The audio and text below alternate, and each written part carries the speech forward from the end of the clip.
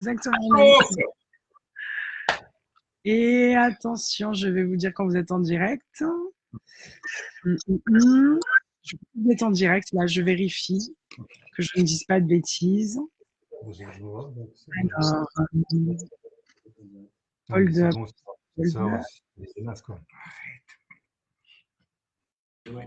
C'est bon, on est en direct? Eh ben voilà, c'est parti.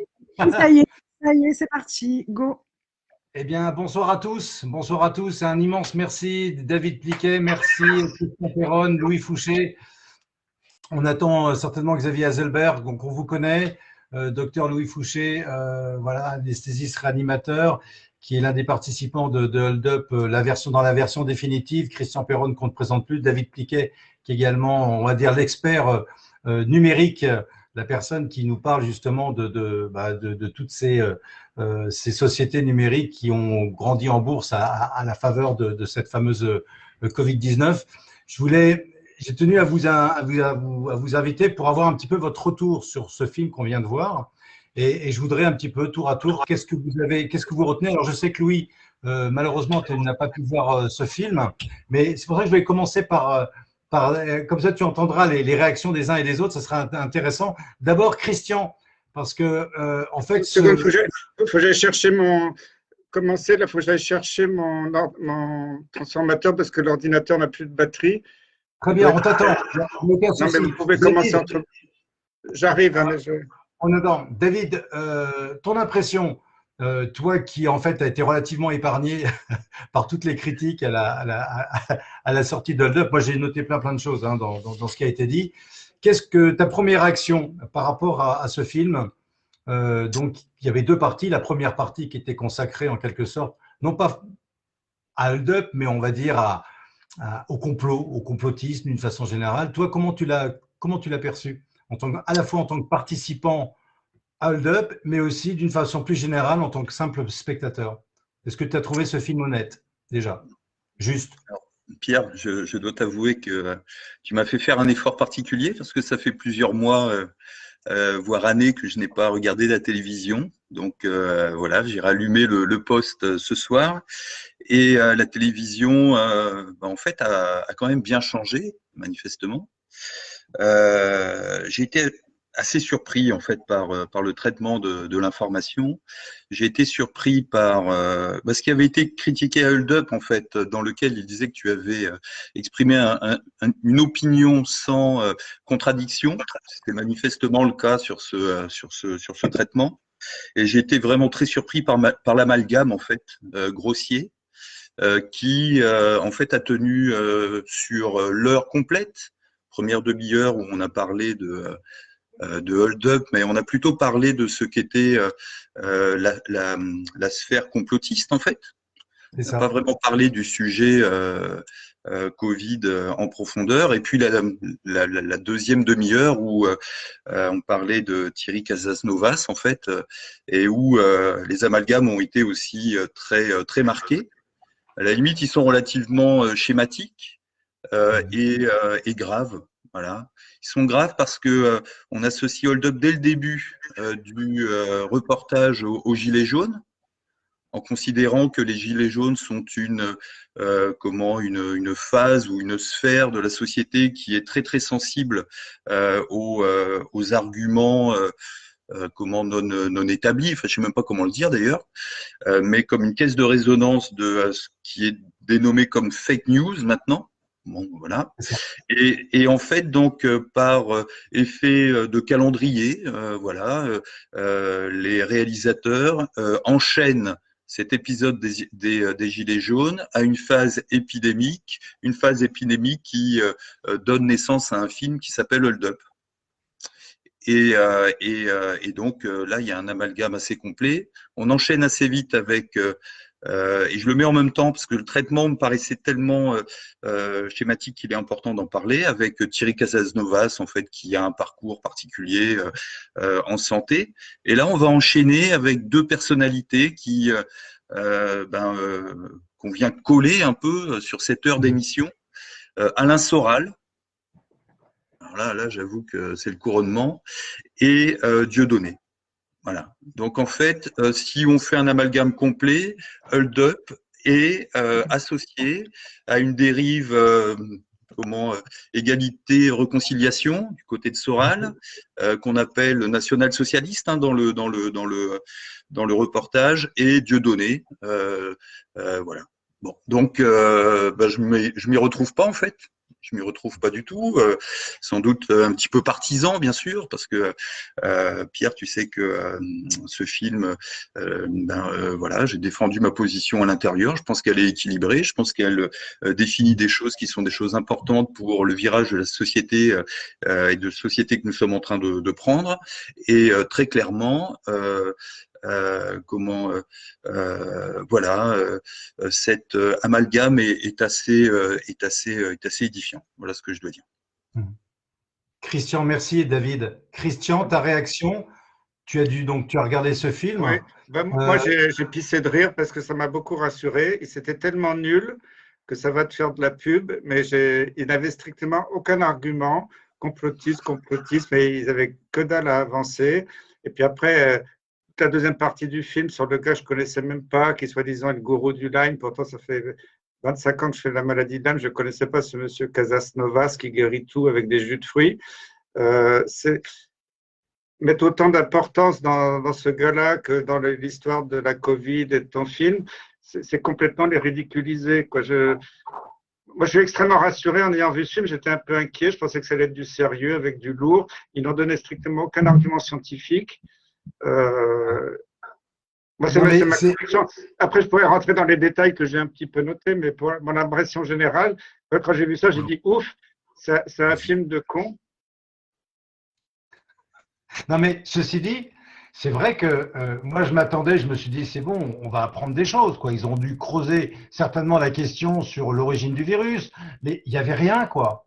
Alors, je dis pas que c'est la ils ont sorti un on n'en est pas loin en disant, moi, c'est vraiment ce qui m'a le plus choqué, c'est qu'à chaque fois que on parlait d'Hold Up, où on parlait de désinformation, alors qu'on pose juste des questions et qu'on ouvre juste un questionnement et qui questionne l'ensemble de la société. Et il n'y a pas de réponse. C'est-à-dire que moi, j'ai noté des bouts de phrases. Alors, je voulais avoir ta réaction sur les propos de Karine. Il n'y a pas de recherche non plus, mais bon, c'est autre chose.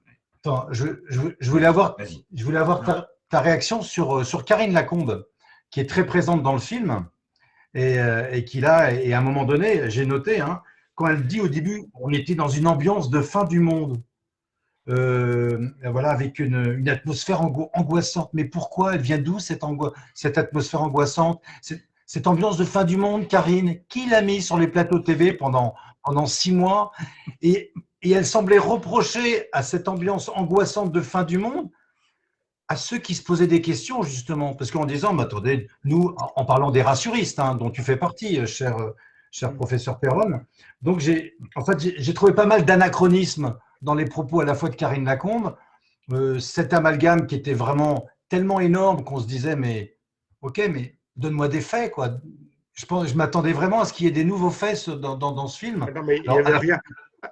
Il n'y avait pas grand-chose. Et pour Karine Lacombe, ce qui m'a fait rire, c'est qu'ils n'ont jamais parlé de ses conflits d'intérêts. Et après, pour le mec qui fait ses jus de fruits, il l'accuse d'avoir touché de l'argent sur sa machine à faire les jus de fruits. Non, mais c'était d'un ridicule. Et l'autre chose qui m'a profondément choqué de la part de journalistes, c'est quand ils parlent de contre-vérité ou quand ils parlent de vérité scientifique niée. À la fin, ils parlent on a nié une vérité scientifique, mais elle est où la vérité scientifique aujourd'hui? Alors que le professeur Kahn fait quasiment son mea culpa à la fin du film ou dans la fin de la première partie en disant bah oui, on a peut-être pas été très bon. Mais comment ça, pas été très bon? Tu n'es pas généticien, Axel Kahn? Mais on t'a pas beaucoup entendu sur l'origine du virus. T'en penses quoi de l'origine du virus? Mais Kahn, il a été très mauvais parce que si tu regardes, il a accepté le premier brevet du SARS-CoV-1 qui date du SRAS. Il a nié les brevets ultérieurs qui existent. 2010, donc, ils ont noyé le poisson. Oui, bien sûr, il y avait un brevet il y a 10 ans, mais c'était sur le SARS-CoV-1 pour faire de la recherche sur les vaccins. Et tout le reste, c'est du pipeau. Donc, ils ont à chaque fois noyé le poisson Et pour Madame Michu qui connaît rien, bon, mais le film était tellement mauvais, honnêtement, il y avait tellement peu d'arguments convaincants que je pense que ça va pas nous déstabiliser, ça j'en suis. Et ça va te faire une pub énorme. Je sais pas, moi je me fous de la pub vraiment. Moi la seule chose qui m'intéresse, c'est vraiment les faits. Et moi j'ai quand même noté une petite perle, hein. Parce que quand vous entendez le patron de l'OMS dire dans le film, j'ai noté, nous devons être guidés par les faits et non par la peur. Oui. Non mais véridique, hein. Et de savoir que le patron de l'OMS a pu sortir une chose pareille, alors que la peur, en fait, quand tu recherches sa provenance, bah forcément, tu trouves tout de suite l'OMS avec des décisions absurdes et contre-productives. Enfin voilà, Louis, je te vois sourire avec nos explications. Alors, tu n'as pas vu le film et je t'invite vraiment à le voir. Ça me manque parce que là, je remercie Christian et je vous remercie tous, merci de m'inviter parce que je passe un très bon moment là. C'est une sorte de fou rire quoi. Et, effectivement, moi c'est mon espoir c'est que tout ça finisse dans un éclat de rire tellement c'est ridicule quoi. Tellement on est rentré dans une absurdité. Alors pour revenir un peu plus sérieux, je pense que on l'a déjà vu au moment où tu as sorti Hold Up, une opération de discrédit et de dire aux gens ce qu'ils devaient penser du film alors même qu'ils ne l'avaient pas encore vu. Il fallait qu'ils aient déjà en gros leur argumentaire leur permettant de dire bon je l'ai pas vu mais enfin je peux parler quoi. Et on voit fleurir en fait dans les médias dominants une histoire qui se raconte, qui n'a plus rien à voir avec la réalité, qui n'a plus rien à voir avec quoi que ce soit que peuvent toucher les gens, et qui est là, en gros, pour t'expliquer quelle est la culture commune dans laquelle tu dois baigner. Et je pense que c'est quelque chose d'important, parce que c'est aussi ce que font les fact-checkers et les zététiciens, les fact-checkers de Libé, du Monde, AFP Check News, etc. Et ils prennent jamais vraiment les faits, ils vont jamais jusqu'au bout des faits, quoi. Ils en prennent des tout petits morceaux et ils font des amalgames, comme tu as dit. Les amalgames, en hypnose, on appelle ça la concaténation voilà, la concaténation, c'est mettre ensemble, un cum catenare, les chaînes ensemble. On fait ça dans ce qu'on appelle un yes set. Je l'ai raconté peut-être plusieurs fois, mais l'idée que je vais te dire des choses évidentes. Il y a eu les gilets jaunes, c'était une terrible crise sociale. Et puis après est arrivée cette terrible crise sanitaire. Et puis ça a donné lieu à tout plein de théories absurdes. En fait, les deux premiers, c'était des choses où ton cerveau a répondu oui, oui. Et par effet d'entraînement, sur le troisième, ton cerveau va répondre oui. Et c'est une technique hypnotique. On utilise ça en hypnose. On appelle ça une séquence d'acquiescement. Et donc, là, ce que vous me racontez, là, c'est vraiment, on est dans des séquences d'acquiescement en permanence, en fait. Et effectivement, tu l'as bien décrit, David, c'est l'idée qu'à la fin, on t'emmène doucement jusqu'à Soral, Dieudonné. Qu'est-ce que ça vient foutre là, quoi? Ça me fait marrer, mais quelque part, ce qui est triste, c'est que ça marche. Donc, c'est en ça où je suis un peu plus partagé, c'est que c'est cousu de fil blanc, mais ça marche quand même. Parce que la chose. Ouais. Non, vas-y, pardon. Non, je ne suis pas sûr que ça marche. Excuse-moi, Louis, je t'ai coupé, pardon. Il y avait la première partie du film, la première moitié qui était sur Hold Up et l'autre moitié sur le monsieur Casasnovas et tout ça. Je ne suis pas sûr que cet amalgame marche parce que les gens avaient totalement oublié la Covid et le film Hold Up et Pierre Barnerias. On était parti dans un autre truc sur les jus de fruits qui guérissent du cancer.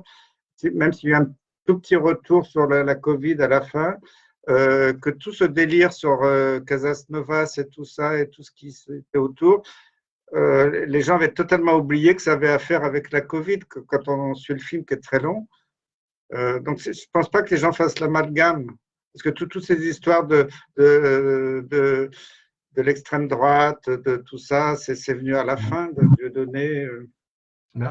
En tout cas, moi, je vais te dire juste les quelques mots que j'ai notés. Il y a deux choses qui m'ont paru assez amusantes et qui m'ont fait penser à toi, Louis, c'est qu'on s'est vu accuser d'hypnose. C'est-à-dire que nous, les lanceurs d'alerte ou les gens qui posent des questions, on devient hypnotique en posant des questions parce que, voilà, et surtout, il y avait cette omniprésence de mots comme déclenche la machine à désinformer.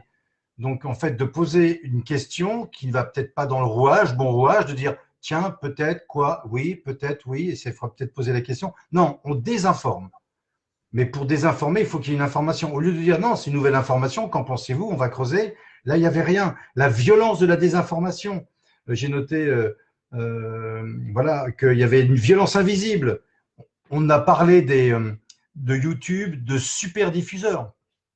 On est des super diffuseurs, ceux qui diffusent les lanceurs d'alerte, comme voilà, des super diffuseurs. Enfin bref, voilà, on a parlé de sectes digitales, enfin les contre-vérités. Donc, enfin voilà, et le Great Reset, et ça m'a aussi vraiment énervé quand je vois que ces journalistes quand même, hein, en plus ils ont dit, ils commencent le film par quelque chose de faux. C'est-à-dire que le film n'est pas sorti le 11 novembre. Il s'est répandu sur les réseaux sociaux dès le 6 novembre.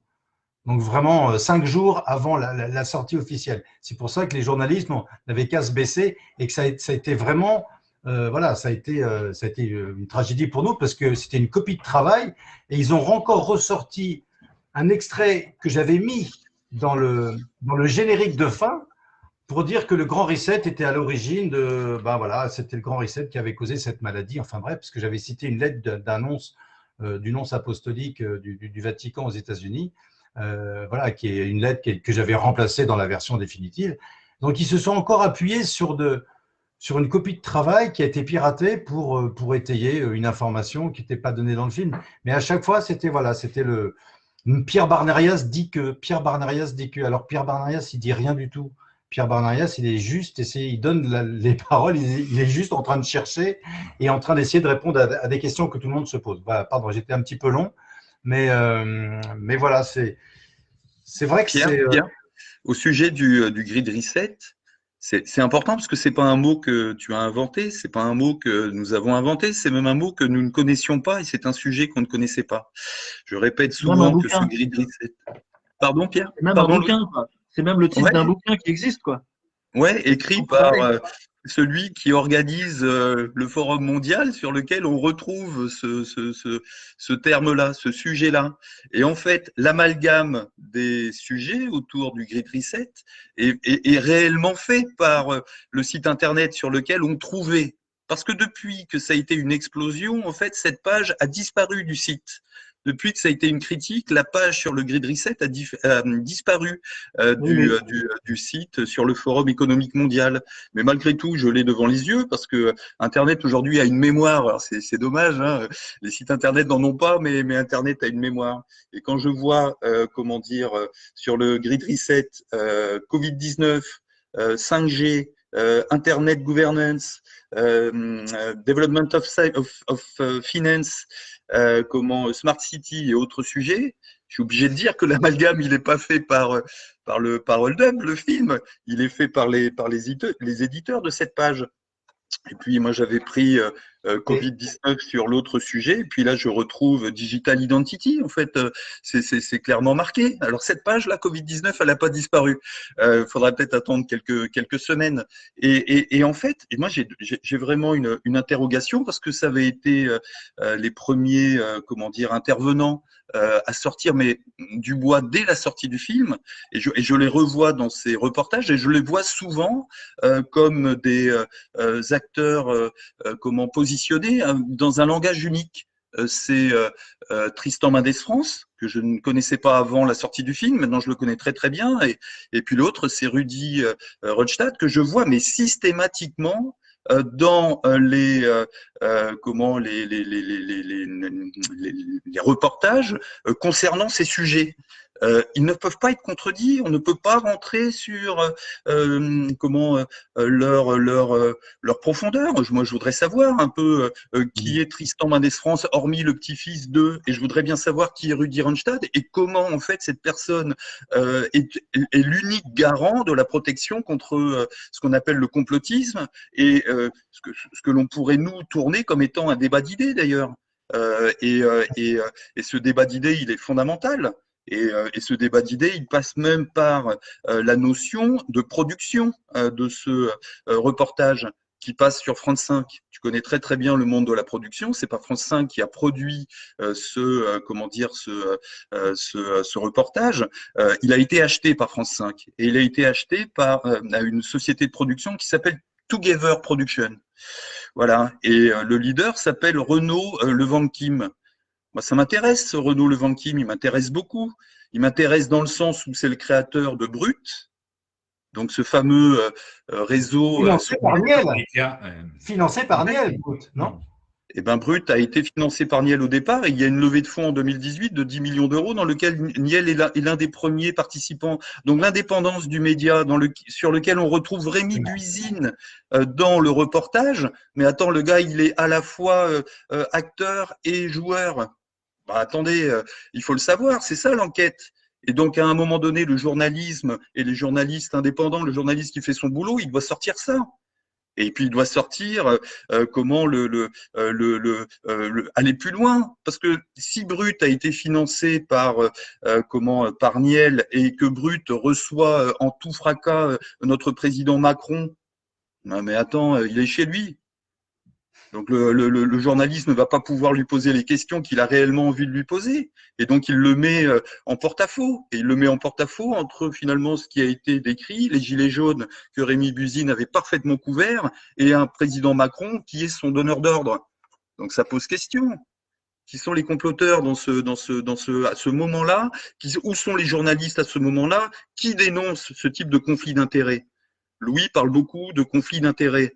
Christian parle de conflit d'intérêts. À aucun moment dans le reportage, Karine Lacombe, qui, oui, a subi, et on peut le regretter, hein, elle a reçu des courriers, des mails, et elle s'est sentie peut-être attaquée dans son intégrité physique, ce qui est vraiment dommageable, mais en aucun cas, elle dit que la haine qu'elle a provoquée n'est pas liée à son diagnostic, il est lié au fait qu'elle avait des conflits d'intérêts avec les laboratoires pharmaceutiques. C'est ça qui a posé la problématique de sa présence sur les plateaux de télévision. C'est exactement ça. Et pourquoi le reportage ne le dit à aucun moment? À aucun moment. Donc les conflits d'intérêts sont dans tous les sujets, dans tous les sens dans ces affaires. Ils sont chez les journalistes, chez les producteurs de contenu, on les retrouve chez les médecins. Attendez, moi qui suis extérieur à la sphère médicale et à la sphère journalistique, je me dis, attends, il y a un problème de traitement quand même. Il y a un énorme problème de traitement et de tenue de la démocratie dans lequel le pouvoir médiatique est le quatrième pouvoir. Ce quatrième pouvoir est par terre. Il est vraiment urgent de le reconstruire et de le reconstruire en dehors des sphères de haute finance. C'est fondamental. Merci beaucoup, David. Moi, à titre personnel, je me dis, à la fin de ce film, je me dis, mais qu'est-ce que j'ai appris comme information nouvelle? Pourtant, il y a eu 3 mois. On a commencé par parler de la chloroquine, on a remis la chloroquine sur le tapis avec toujours les mêmes informations. Et moi, je m'attendais à ce qu'ils sortent un petit peu, par exemple, les nouvelles données scientifiques sur l'origine du virus. Il n'y avait rien, pas une seule information. Et on nous accuse, nous. Zéro. Non, mais c'est pour ça qu'ils sont nuls. Il y avait zéro information scientifique. C'était que de dire, derrière, c'est un salaud. Moi, ils m'ont pas trop attaqué, mais enfin, ils n'ont pas dit ça. Pu s'attaquer. Mais voilà, c'est des complétistes, ils ont que ce mot à la bouche, il n'y a que ça qui sort pendant 1 heure, c'est nul.